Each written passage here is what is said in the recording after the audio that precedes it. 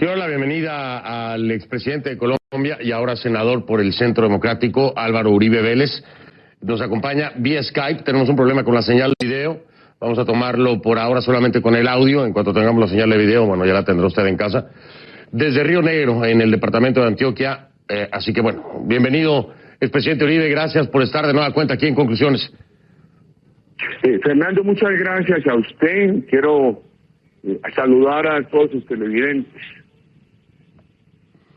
Expresidente Uribe, hoy particularmente la prensa a nivel internacional, le diría yo, ha reproducido lo que decía usted más temprano, un comunicado completo que empieza fuerte, pareciera increíble, muchos hacen esta comparación, que con 1,100 y tantos palabras, no recuerdo el número exacto, prácticamente está lapidando 297 páginas. ¿Qué reacción le merece a usted que lo vean así o que lo califique así la prensa como una declaración lapidaria sobre 297 páginas? A ver, primero, no venía escuchándolos a ustedes hablar de que se acabe la guerra en Colombia. Esto no ha sido una guerra entre estados, ni tampoco de aquellas guerras que se habló en América Latina, que eran insurgencias civiles armadas contra dictaduras militares. Colombia ha tenido una democracia respetable. ¿Qué es la FARC? La FARC empezó su etapa a principios de los años 60, patrocinada por el comunismo internacional, por Fidel Castro, por la Unión Soviética. ¿Qué propuso? Propuso un proyecto armado para montar un Estado socialista, comunista, que derrotara a la democracia colombiana. Años más tarde evolucionó al narcotráfico y se convirtió en el cartel de cocaína más grande del mundo, en el tercer grupo terrorista más rico del mundo, y se puso bajo la tutela de la dictadura de Hugo Chávez. Esto es la FARC. Primer grupo traficante de cocaína en el mundo. Entre 1998 y 2003 produjo 1,794 secuestros, ha cometido todos los delitos atroces habidos y por haber. La FARC es campeona en violación de niñas. Han secuestrado la cifra que menos reclutamiento de niños le imputa a la FARC. Habla de que han reclutado 11.700 niños y niñas. Eso es de secuestro, delito de lesa humanidad.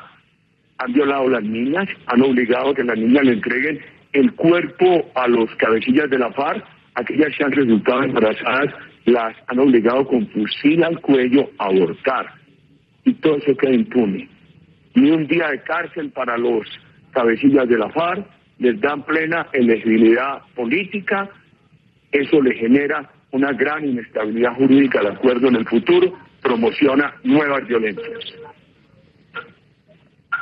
Expresidente Uribe, en el planteamiento que hace usted precisamente en este discurso que da el día de hoy, en esta conferencia que da el día de hoy, de entrada, y lo primero que me llama la atención es y que asegura, no al plebiscito, dice usted, es igual a que reorienten los acuerdos. Y aquí va la pregunta concreta, que lo reorienten ¿hacia dónde? ¿Hacia dónde, desde la perspectiva del expresidente Uribe, deben reorientarse los acuerdos? Por ejemplo, ¿por qué negocian con la FARC la agenda económica del país?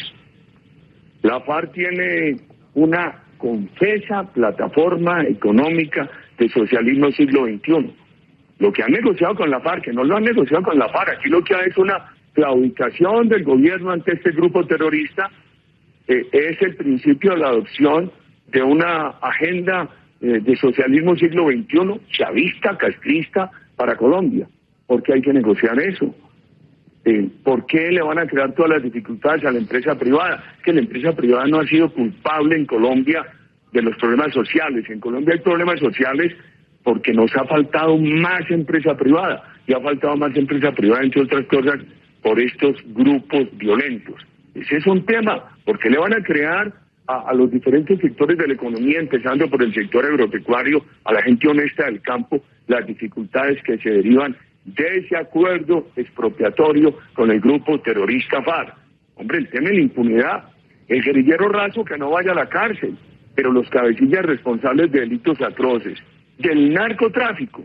¿Cómo así que el gobierno colombiano ha aceptado que el narcotráfico, y la FARC es el mayor grupo traficante de cocaína en el mundo, que el narcotráfico en el caso de la FARC es un delito conexo con el político, cuando ese delito en Colombia lo que ha hecho es financiar todas las masacres?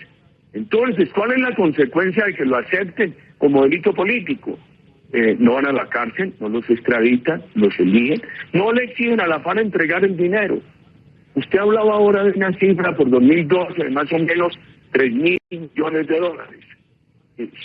Muchos aprecian, y lo ha apreciado autoridades extranjeras también en el país, que la FARC tiene acumulados más de 10.000 millones de dólares. No le exigen entregar ese dinero para preparar a las víctimas.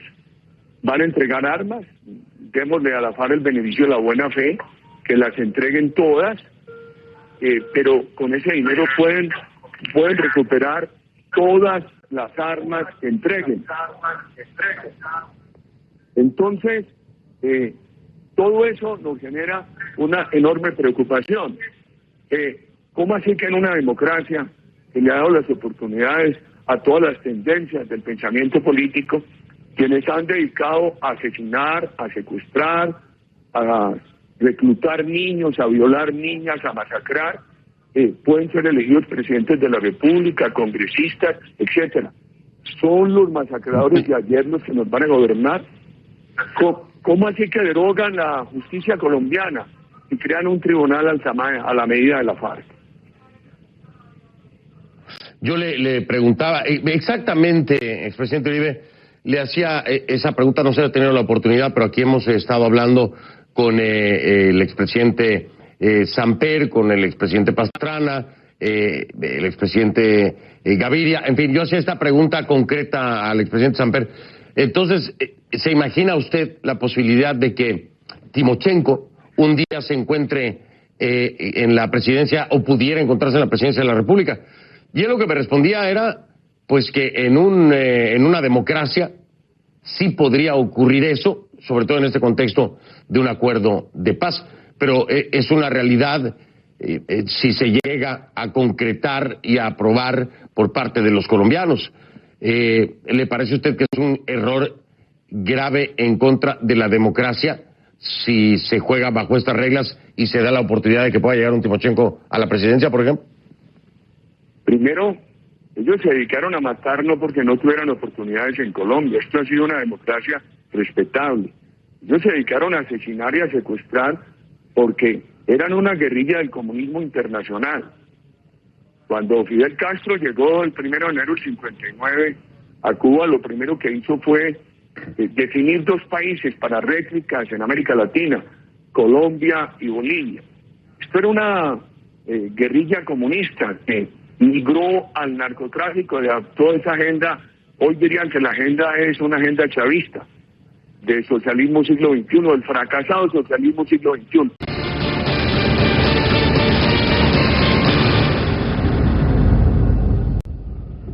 De regreso con el expresidente, ya el último segmento de este programa especial, una amplia entrevista con el expresidente Álvaro Uribe. Comentarles y agradecerles en Colombia la etiqueta Conclu Uribe, y también para que lo sepa, expresidente, la etiqueta Conclu Uribe se ha convertido ya en tendencia número 4 o 5, no veo bien, pero ya me falla un poco la vista, pero ahí está colocada ya entre las primeras 5.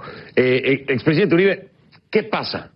¿Qué pasa si gana el no? Porque en algunas de las declaraciones, me parece que fueron del expresidente Samper, aquí en conclusiones, me decía, bueno, sería volver de inmediato a la guerra prácticamente. ¿Qué pasa? ¿Qué pasa si gana el no? El presidente Digo, sí, claro, si gana el no.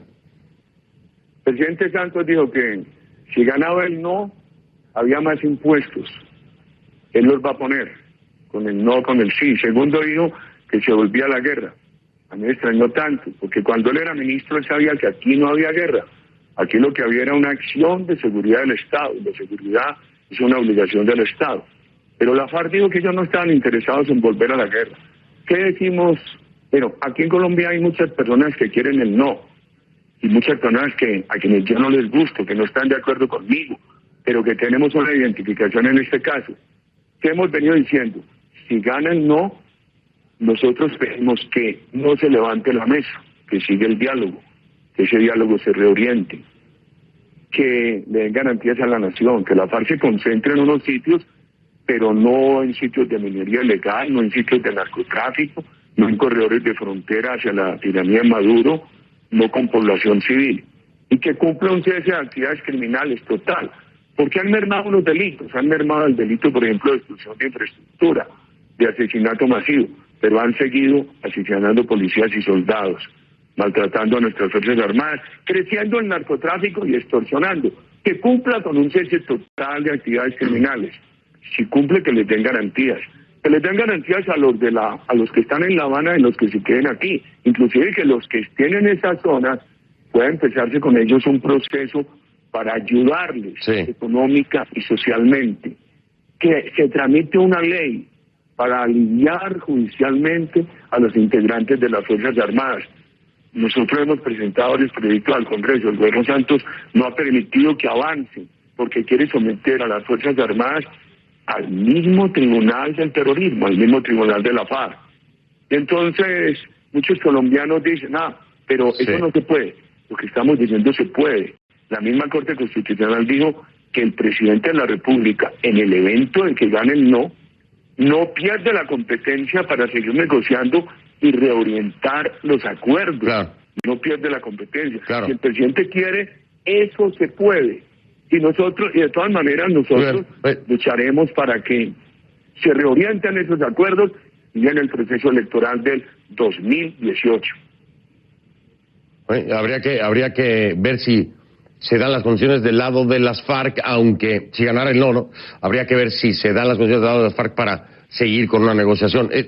Vaya, nadie puede adivinar el futuro, pero por lo pronto yo sí le agradezco, expresidente Uribe, no estoy adivinando el futuro, una amplia repercusión a esta entrevista que nos ha dado tan extensa en conclusiones. Agradecido como siempre de que haya aceptado la invitación, expresidente Uribe. Fernando, ¿me permite 2 segundos? Ya me dicen que ya, ahora sí, me dicen que no tengo el presidente Uribe, pero si quiere me lo manda por Twitter y lo retuiteo.